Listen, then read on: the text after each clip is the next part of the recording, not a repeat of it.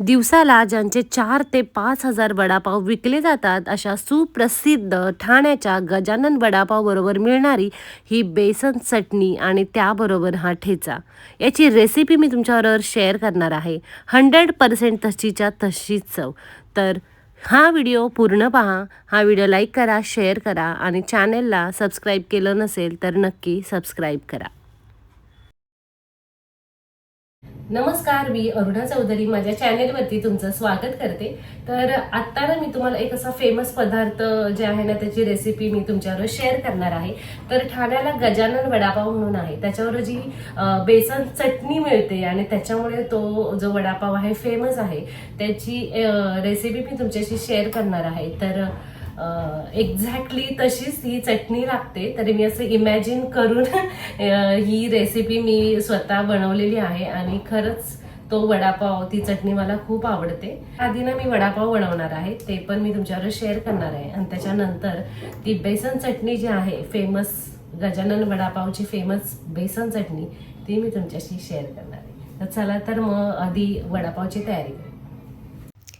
तर ना इथे मी हे बटाटे स्वच्छ धुवून असे मध्ये चिरून घेतलेले आहेत आणि कुकरला 1 2 ते 3 शिट्ट्यांमध्ये मी शिजवून घेणार आहे. तर याचे ना एक 13 बटाटे वडे झाले. तर हे अर्धा किलोपेक्षा थोडासा जास्त आहे याच्यामध्ये 1 2 बटाटे, कारण अर्धा किलोमध्ये ना बरोबर 9 ते 10 बटाटे वडे होतात. तर याच्यामध्ये 13 झाले होते. तर कुकरला शिजवून घेतलेलं आहे. आणि इकडे मी बेसन पीठ जे आहे आपल्याला वडापावच्या कोटिंगसाठी, परत जे चटणी बनवणार आहे ती सुद्धा याचीच मी बनवणार आहे, बेसन पिठाचीच. तर मग त्याच्यासाठी बेसन पीठ घेतलेलं आहे. तर हे 300 ग्राम बेसन पीठ आहे. त्यामध्ये हळद, चवीप्रमाणे मीठ, पाव चमचा खायचा सोडा, पाव चमचा यामध्ये ओवा टाकलेला आहे. पाणी टाकून छान मिक्स करून घेणार आहे, बाजूला ठेवणार आहे. थोड्या वेळाने पुन्हा छान मिक्स केलं का उरल्या सुरल्या गोठळ्या पण निघून जातात. तर इथे वडापाव बनवण्यासाठी, बटाटा वडा बनवण्यासाठी लसूण पाकळ्या घेतलेल्या आहेत. एक 12 15 लसूण पाकळ्या, अर्धा इंच आलं, थोड्याशा हिरव्या मिरच्या घेतलेल्या आहेत, कढीपत्ता, कोथिंबीर आणि हे जे आहे ना मीठ आणि ह्या हिरव्या मिरच्या, कमी तिखटच्या हिरव्या मिरच्या ज्या आहेत त्या मी घेतल्या आहेत ठेचा करण्यासाठी. तर बेसन चटणी जी आहे त्याबरोबर हा ठेचा खातात, मस्त लागतो वडापाव. तर सर्वात आधी बटाटा वडा बनवण्यासाठी ना लसूण, हिरवी मिरची आणि आलं जे आहे चांगलं बारीक करून घेणार आहे. नंतर ना मी याच भांड्यामध्ये हिरवी मिरची आणि मीठ बारीक वाटून घेतलं आहे, जो की बेसन चटणीबरोबर ठेचा म्हणून आपण खायचा आहे. तर मी एक ना यामध्ये हा व्हिडिओ बनवताना एक गोष्ट सांगते की ही जी रेसिपी आहे माझ्या अरुणाच कुकिंग, एक यूट्यूब चॅनल आहे माझा, त्यावर मी अपलोड केली होती 3 वर्षापूर्वी. तर त्याला खूप चांगले व्ह्यूज झाले, 1 लाखाच्या पुढे त्याचे व्ह्यूज गेले आणि त्या व्हिडिओमुळे ना माझा तो चॅनल मॉनिटाईज झाला. तर म्हटलं चला या पण चॅनलवरती मी ही रेसिपी टाकते आणि खरं सांगू 100% तशीच चव लागते. तर बटाटे मस्त उकडून झालेले आहेत. तर हाताने अशा त्याच्या बारीक असं स्मॅश करून घेईल मी आणि बाकी तयारी पण झालेली आहे. तर इथे मी ना बटाट्याची भाजी करून घेते आहे. तर 2 ते 3 चमचे तेल मी गरम करून घेतलेलं आहे. यामध्ये मी जिरे टाकलेले आहे पाव चमचा. तर तुम्हाला हवं असेल तर मोहरी टाकू शकता किंवा धणेसुद्धा बारीक करून टाकू शकता. यामध्ये मी कढीपत्ता टाकून घेतलेला आहे. नंतर एक पाव चमचा यामध्ये हिंग टाकलेला आहे. आणि मग नंतर हिरवी मिरची, लसूण, परत आलं जे बारीक केलं होतं ते मी आता यामध्ये टाकून चांगलं मिक्स करून घेणार आहे.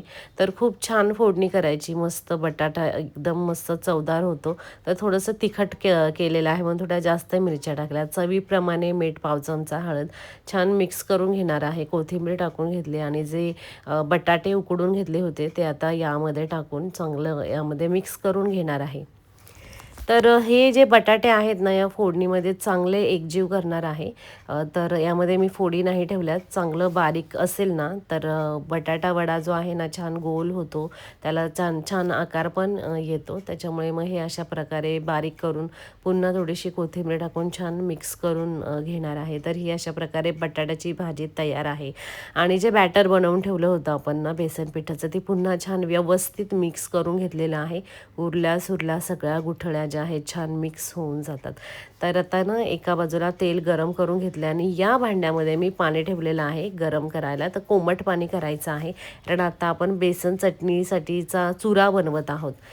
तर तेलामध्ये ना चमच्याने हे असं बेसन पीठ थोडं थोडं सोडून मी तळून घेणार आहे. तर वडापावच्या गाडीवरती भरपूर चुरा बनला जातो, कारण एवढे वडे तळले जातात. तर एक मी तर 12-13च वडे बनवणार आहे. त्याच्यात असा कितीसा चुरा होईल, त्यामुळे मी वेगळा असा इथे चुरा जो आहे ना तळून घेते. तर हा पण चुरा खूप जास्त म्हणजे कलर याचा अ, अ, असा लाल वगैरे नाही झाला पाहिजे, असा पिवळाच राहायला पाहिजे, कारण चटणी पण अशी थोडीशी येल्लोइश असते. तर हे अशा प्रकारे जेवढी तुम्हाला चटणी करायची, तर आम्ही हे वडे एक 4 ते 5 जणांसाठी करतोय, तर त्या प्रमाणामध्ये मी हा चुरा हा अशा प्रकारे तळून घेत आहे. आणि जेव्हा तळून होतो ना, तेव्हा जे कोमट पाणी करून ठेवलेलं आहे त्यामध्ये हा चुरा टाकून घ्यायचा आहे, म्हणजे तो चुरा थोडासा मऊ होतो. तर 3 ते 4 जणांना पुरेल एवढी मी ही बेसन चटणी बनवणार आहे. तर तो बाऊल जो आहे ना, जो बाजूला ठेवला आहे तेवढा पूर्ण भरला होता. एवढा मी चुरा तळून घेणार आहे आणि मग त्यानंतर लगेच वडे तळून घेणार आहे. तर ही चटणी बनवली ना, की लगेचच गरम-गरमच ती खाऊन घ्यायची. नाहीतर थोड्या वेळाने ती जी चटणी आहे ती आळते, कारण एका प्रकारे ते बेसनच आहे. तर हे असं पुन्हा एकदा बघा, हा एवढा चुरा आधी पण मी तळला होता आणि आता पण तळला आहे. तर चुरा हा तळून पुन्हा त्या कोमट पाण्यामध्ये मी ठेवणार आहे. खूप जास्त वेळ नाही भिजवायचा. एक पुढच्या 2 ते 3 मिनिटामध्ये लगेच ही चटणी आपल्याला करायला घ्यायची आहे. तर आता याच तेलामध्ये ना बटाटे वडे तळून घेणार आहे. तर असे मध्यम आकाराचे असे गोळे बनवून घेतलेले आहेत. तर चपटे किंवा असे गोल असे बटाटे वडे जसे तुम्हाला आवडतात त्या आकारामध्ये बनवून घ्यायचं आहे. तर एक 13 वडे होतील याचे.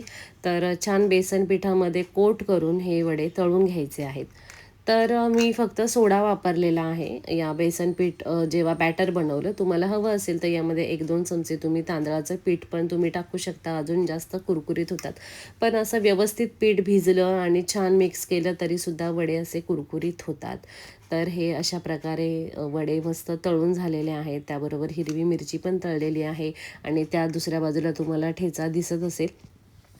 तर तो जो ठेचा आहे त्याच्यामध्ये तेच गरम तेल 1-2 चमचे ओतायचं, म्हणजे तो ठेचा पण तयार. आणि जो चुरा पाण्यामध्ये भिजत घातला होता तो छान भिजलेला आहे आणि तुम्ही पाहू शकता अजून पण गरम आहे. पटकन ही प्रोसेस करायची. थोडंसं पाणी टाकलेलं आणि असं बारीक वाटलेलं आहे.